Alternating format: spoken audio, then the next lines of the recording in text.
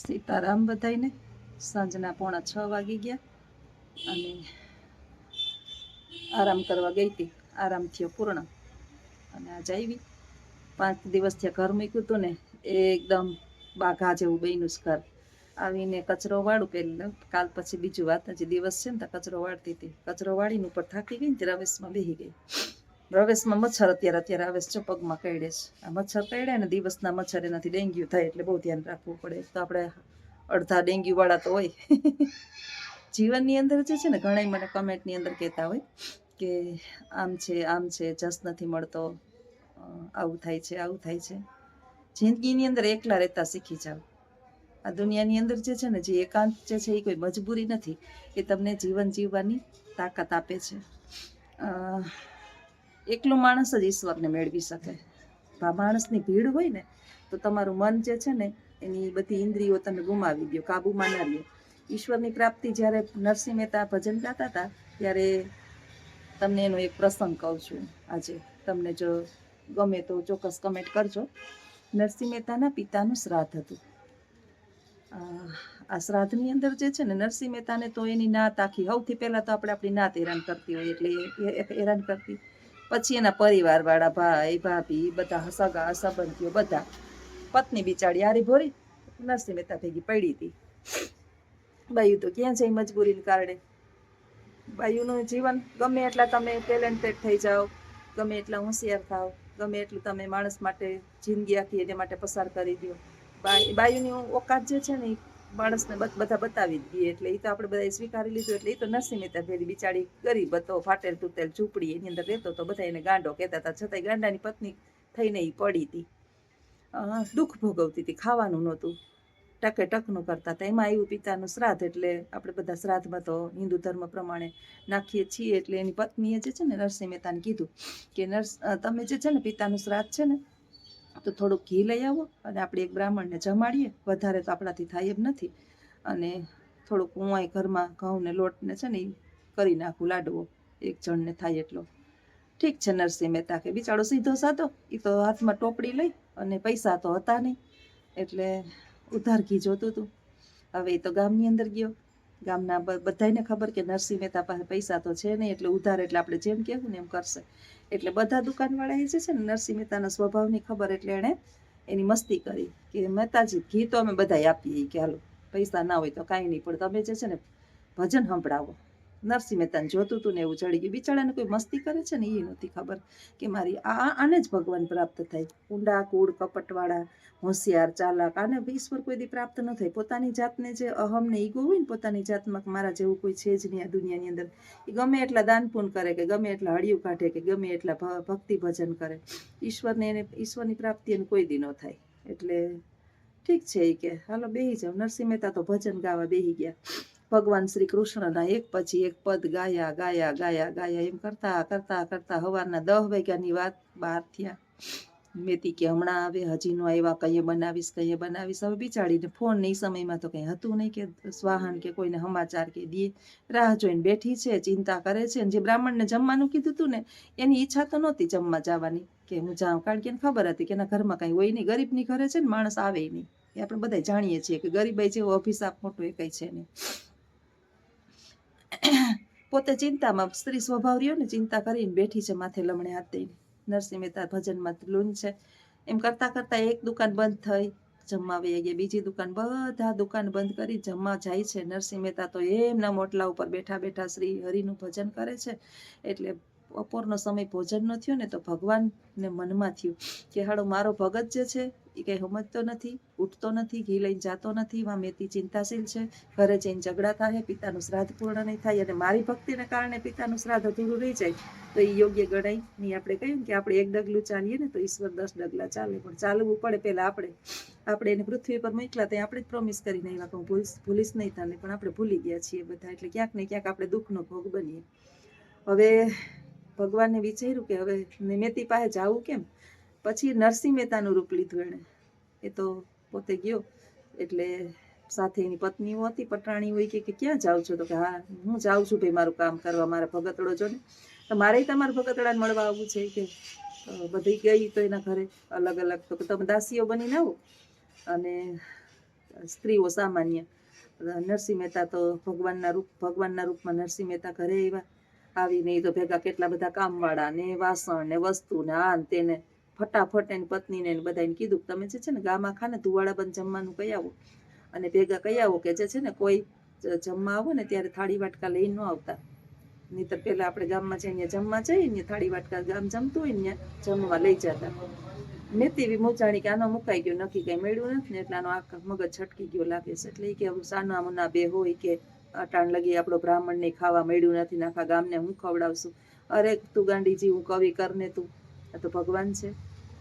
ઠીક છે કે હાલો એમ કરીને એને બીજા બે જણાને મોકલા. નેતી તો ગઈ નહીં. પછી એના જે ભગવાનના સાથે સાથીદારો હશે એને ભગવાને મોકલા અને આખા ગામને પણ કોણ ગામમાં આવે ત્યાં તો રસોઈની સુગંધ સુગંધ સુગંધ સુગંધ ને એક પછી એક 56 ભોગ બનવા માંડ્યા. 56 ભોગ બનવા માંડ્યા એટલે ગામમાં સુગંધ આવી. બધા વિચારમાં નરસૈયાને આ ઝૂંપડીની અંદર આવી બધી સુગંધ ક્યાંથી આવે છે. એટલે બધા એક પછી એક જમવા જોયું તો 32 ભાતના ભોજન. હાલો સ્વભાવ જમવાનો તો આપણે મોઢામાં સારું ખાવાનું હોય તો લાડ ગ્રંથિઓ ટપકે, એમ બધા જે છે એ જમવા આવ્યા. આખું ગામ જમવા આવ્યું. ભગવાને તો ભગવાનની આ તો ભગવાનનો પ્રસાદ હતો અને ભગવાન ખુદ પીરસવાના હતા. એની પટરાણીઓમાં લક્ષ્મી ને રૂકમણી ને બધા પીરસવાના હતા. સત્યભામાને બધા જે છે એ સોનાની થાળી, ચાંદીના વાટકા, સોનાની ચમચી, આ બધા જે છે એ બધાને જમણવાર કર્યો ભગવાને. બધાને 56 ભોગ ને લાડુ ને ભગવાન બનાવે એમાં શું બાકી હોય. જમાડ્યા. જમી અને બધાને કીધું કે તમારા થાળી વાટકા સાથે લેતા જાજો, મૂકવાના નથી. બધા તો ખુશ થઈ ગયા કે નરસિંહને આવું ક્યાંથી. પત્ની બેઠી બેઠી વિચાર કરે છે કે અરે ભગવાન, આ તું મને શું દેખાડસ. અમારા ઘરમાં ખાવા એક ટકનું નથી અને આ નરસૈયો કોને લઈને આવ્યો, ક્યાંથી માગીને આવ્યો, કોઈને ત્યાં ચોરી કરીને આવ્યો, શું છે. સ્ત્રીઓને બહુ ચિંતા થાય છે. નરસિંહને તો બિચારાને કંઈ ખબર નથી. એ તો એની ધૂનમાં છે હજી. એમ કરતા કરતા ગામે જમી લીધું. બધાનું જમણવાર પૂરું થયું ને એટલે આપણે શ્રાદ્ધ હોય ને એટલે આપણે ખબર છે કે બધા જમી લઈએ ને પછી આપણે ઘરના આવે જમીએ એટલે આપણું શ્રાદ્ધ આપણે નાખીએ અને બધાને જમાડી દઈએ એટલે આપણું પોઈચું કહેવાય. આપણે પાછળથી જમીએ સ્નાન કરીને. આવો નિયમ છે શ્રાદ્ધ નાખવાનો. આ નિયમ છે કે બ્રાહ્મણોને જમાડીએ, શ્રાદ્ધ નાખીએ પહેલાં, પછી બ્રાહ્મણોને જમાડીએ, પછી પાછી આપણે સ્નાન કરીએ ને પછી આપણે જમીએ. ઠીક છે, બધાએ જમી લીધું. બધાએ જાય છે તો નરસિંહ ભગવાન હતા ને એને વિચાર આવ્યો કે બોલો આવી જાય નહીં નરસિંહ. એ પહેલાં તો હું છે ને ભાગું. એટલે એણે એની પત્નીને કીધું, નરસિંહ મહેતાની જે પત્ની હતી ને એને, કે હવે તમે કામવાળા બધા એટલી પત્ની, હવે તમે જાઓ આવી કે છૂટા તમે તમારું કામ પૂરું. અને પોતાની જે નરસિંહ મહેતાની પત્ની હતી એને કીધું કે હું છે ને સ્નાન કરીને આવું અને હમણાં આવું, પછી આપણે સાથે જમી લઈએ. 4 વાગ્યા, દુકાન ખોલવાનો ટાઈમ. ભગવાન તો વયા ગયા. દામોદર કુંડની અંદર કુંડ હતો, ત્યાં મુચકુંદ ગુફા અને કુંડ છે, ત્યાં વયા ગયા. એટલે દામોદર કુંડ એનું નામ છે. એ દામોદર કુંડ એનું નામ શું કામે પડ્યું એની હું સ્ટોરી તમને પછી ક્યારેક કહીશ, આગળ આખી સ્ટોરી. ભગવાન તો દામોદર કુંડની અંદર ગયા સ્નાન કરવા અને નરસૈયાને 4 વાગ્યા ને એટલે ઓલા જે વેપારીઓ પાછા આવે છે, હજી નરસિંહ મહેતાનું ચાલુ જ છે ભજન. એ એક વખત એને ભૂખ ન લાગે, આપણે કહીએ ને ભક્તિની અંદર લીન થવું પડે ભગવાનની અંદર.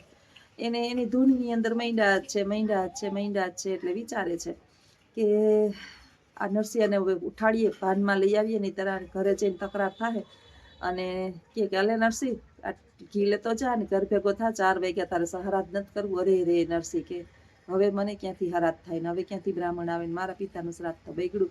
તો એ હાથમાં થોડું ઘી લઈ તપેલીમાં ઓલાવે દીધું હતું. મસ્તી કરતા હતા કે વેપારીઓ જો ગરીબની મસ્તી બધા બહુ કરે. ગરીબી જેવી તો એ કઈ અભિશાપ જ નથી. એટલે બહુ બધા મસ્તી કરતા ટીપું ઘી આપ્યું ને એમ તપેલી ભરાણી થોડી અને થોડું ઘી લઈ અને ગયો. ત્યાં તો પત્ની જે છે એ તોડવા માંડી. કેટલી વારમાં નાઈ આવતા રહ્યા કે આ પેલા મને બેહો અહીંયા કયો કે આ તમે હું આ બધી લીલા આવી છે કે આ તમે ક્યાંથી લઈ આવ્યા હતા, ક્યાં ચોરીઓ કરી આવ્યા હતા, કોને ઘરમાંથી આ બધું શું કર્યું. નરસિંહ મહેતા વિચાર પડ્યો કે આનો મગજ મુકાઈ ગયો શું, કે આ શ્રાદ્ધ ન થયું ને એટલે આનો મગજ મુકાઈ ગયો. પત્ની તો બરાબર હતી, યોગ્ય સવાલ કરતી હતી. નરસિંહ મહેતા ને પેલી પત્ની કહે છે કે પેલા મને ઈ કયો કે તમે ક્યાં ચોરી. અરે ભાઈ ક્યાં ચોરી, આખા ગામને જમાડ્યું. હોનાના ચાંદીને વાટકા, હોનાની થાળી, ચાંદીના વાટકાને આવું બધું આપ્યું. 56 ભોગ જમાડ્યા. આખું ગામ આ બધું લઈ આવ્યા ક્યાં હતા. એ બધા માણસો કોણ હતા એ તો કયો. નરસિંહ મહેતાને લાઈટ થઈ ગઈ. કરે રે આ તો મારો દ્વારકાધીશ હોય, બાકી આવું કોણ કરી શકે. મારી ગરીબની હું હેસિયત છે કે હું આ બધું કરી શકું. નરસિંહ મહેતા તો ભાનમાં આવીને ઝબકી જઈ ગયા, અરે મારા વાલા, તે આખા ગામને દર્શન દીધા. જો ભક્તને જ્યારે એના ભગવાન ન મળે અને આખા ગામને મારા કારણે, તું મારી ભક્તિને કારણે આવ્યો કે, અને મને દર્શન ના દીધા. મેતીને હારે કાંઈ વાત કર્યા વિના ટોપલી મૂકી અને પૂછે છે કે ક્યાં ગયા? તો એ તો એમ કહેતા હતા કે હું દામોદર કુંડમાં સ્નાન કરવા જાઉં. ત્યાં ગયા. ભગવાન નરસિંહ મહેતા તો ઉઘાડે પગે ટોપડીનો ઘા કરી, એનો હાથમાં નીચે વાજિંત્ર વગાડવાનું હતું એ લઈને ભાગ્યો. જેવો ભાગ્યો ને એટલે ભગવાન તો અદ્રશ્ય થઈ ગયા હતા. એટલે ત્યાં બેઠો બેઠો આલાપ કરે છે અને રોવે છે કે હે દીનાનાથ, આખા ગામને દર્શન દીધા, આખા ગામને 56 ભોગ જમાડ્યા, મારી લાજ તે રાખી, તારું લાખ લાખ ધન્યવાદ, પણ તે મને દર્શન ન દીધા. પ્રભુ, મારો એવો હું વાક ગુનો કે તે મને દર્શન ના દીધા? જો મને આપણે લાગણી હોય ને ઈશ્વર પ્રત્યે, એટલે આપણને એનો ભાસ થાય. ભગવાન, તારે મને દર્શન દેવા હોય ને તો દે, નહીંતર હું અહીંયા છે ને મૃત્યુ પામીશ, હું ઘરે નહીં જાઉં. ભગવાન જે છે એની જે એક રાગ ગાયો, પાછું ત્યાં બેઠા બેઠા ને પદ ગાયું. પદની અંદર એટલી કરુણતા હતી કે ભગવાન જે છે દામોદર કુંડમાંથી ઉત્પન્ન થયા અને નરસિંહને દર્શન દીધા કે હું તારાથી ખુશ છું, તારે જોઈએ એ તું માગ. જો નરસિંહ મહેતાએ હું માગ્યું કે જે નાથ, એની નાગરી નાત હતી, જે નાતે એને આખી જિંદગી હેરાન કર્યો, કોઈ દિવસ એનો સાથ ન આપ્યો, એને ગાંડો ખેલો કર્યો, એને ચારે બાજુ વગોવ્યો, એને માનપાન ન જાળવું, છતાં એવું કહે ને કે બુરો બુરાઈ ન છોડે અને ભલો ભલાઈ ન છોડે. આ સ્વાભાવિક છે. એટલે નરસિંહ મહેતાને એની ભલાઈ થોડી જાય કે માણસ સામું થોડું જોવાનું હોય. એણે એની નાગરી નાથ માટે શું માગ્યું? જો કે હે પ્રભુ, હું બીજું તો કાંઈ નથી માગતો, મેં તો મારી આખી જિંદગી આમ તમારી ભક્તિની અંદર પસાર કરી, યુગ યુગાંતર સુધી મારા શ્વાસ છેલ્લા હોય ત્યાં સુધી હું તારી ભક્તિ કરું, પણ મારી નાગરી નાત છે ને એ ક્યાંય ગરીબ ન હોવી જોઈએ. જોજો તમે, જે નાગર બ્રાહ્મણ છે એ કોઈ દિવસ એક પણ નાગર બ્રાહ્મણ છે કોઈ દિવસ ગરીબ નહીં હોય.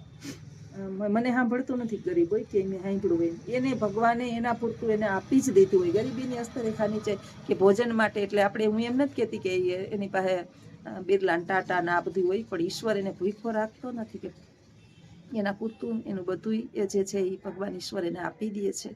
આ નરસિંહ મહેતાનું વરદાન છે, એની કૃપા છે કે એની નાત આખી એના કારણે સુખી છે, જે નાતે એને બહુ બદનામ કર્યો હતો.